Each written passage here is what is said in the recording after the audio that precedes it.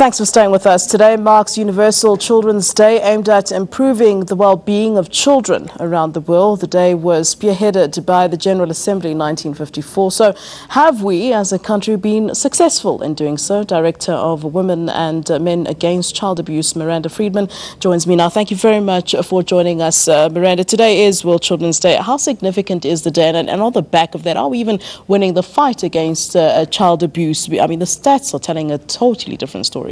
Absolutely, and thank you for having me, Flo. I think what's really important about days like today and next week being 16 days of activism is really that it highlights the plight again of children, gets us talking about it.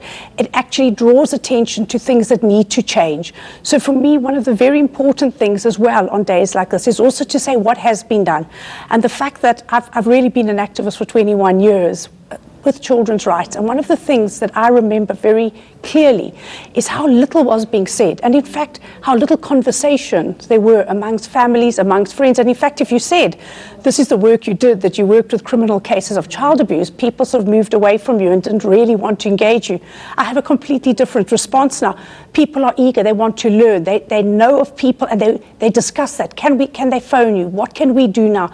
So many more children are talking up, and they're talking earlier. They are talking more than they've done in the past. And certainly what we're seeing at our 3 clinics, which work specifically with the police, with criminal cases of child abuse, is we are seeing children speaking up much sooner. In the beginning, we saw children coming to us years, months after the abuse. Now we're seeing within days, weeks sometimes. And a very, very important development that has happened significantly this year has been that we have seen so many adult survivors coming forward. And if we look really at the Bob Hewitt case, it's a landmark case in South Africa.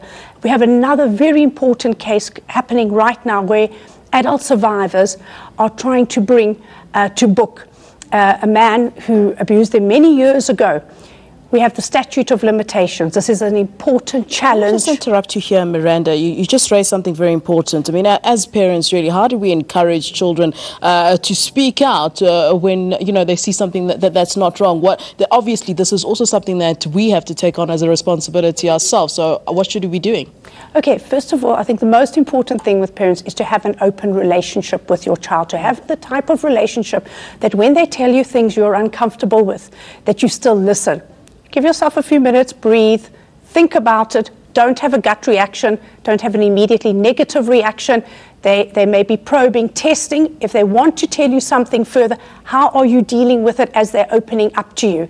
If you're going to shut them down, if you're going to judge them, they're not going to carry on. They're not going to tell you. They're not going to trust you with this. If they can see that, okay, all right, I'm listening, tell me what it is, I believe you. First of all, I believe you. Whatever you're going to tell me, I believe you first. We will then go on, we will explore it. Maybe we'll bring somebody in that's professional. I'm not a professional, I'm your mom, I'm your dad, but I'm listening to you. And you're the person I'm going to believe, no matter how difficult, no matter how hard, because we must remember, with child sexual abuse specifically, we really are looking at a situation where it's mostly 88.5% at the moment. We're looking that it's family members, extended family, and family friends. Very few of the children coming to our clinics, and we had 2,200 cases last year, I can tell you were opportunistic. Perhaps children who are walking home unaccompanied, they made up a very small percent.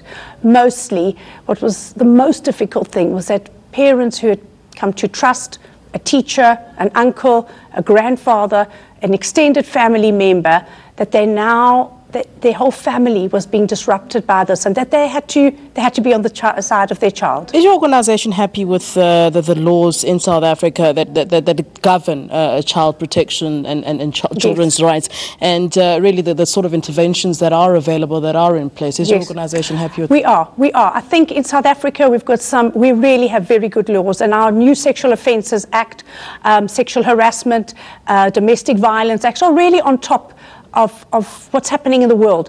What is a very important act, and we will be going to the Constitutional Court with this, is the statute of limitations. We cannot have a law that says you have to disclose at a certain time.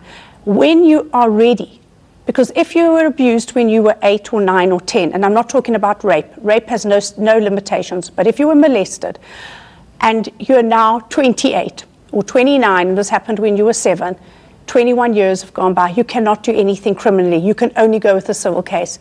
This really is a hindrance. This is our one law that we need to change. And I think it's something which the Constitutional Court will look favorably upon. And why I say that is because of all the new laws that we've seen, and particularly our Sexual Offences Act. It's really on top in the world. Miranda Thank you very Friedmann, much. A pleasure having you in studio with us. Thank you very much for that. That's Miranda Friedmann, Director of Women and Men Against Child Abuse.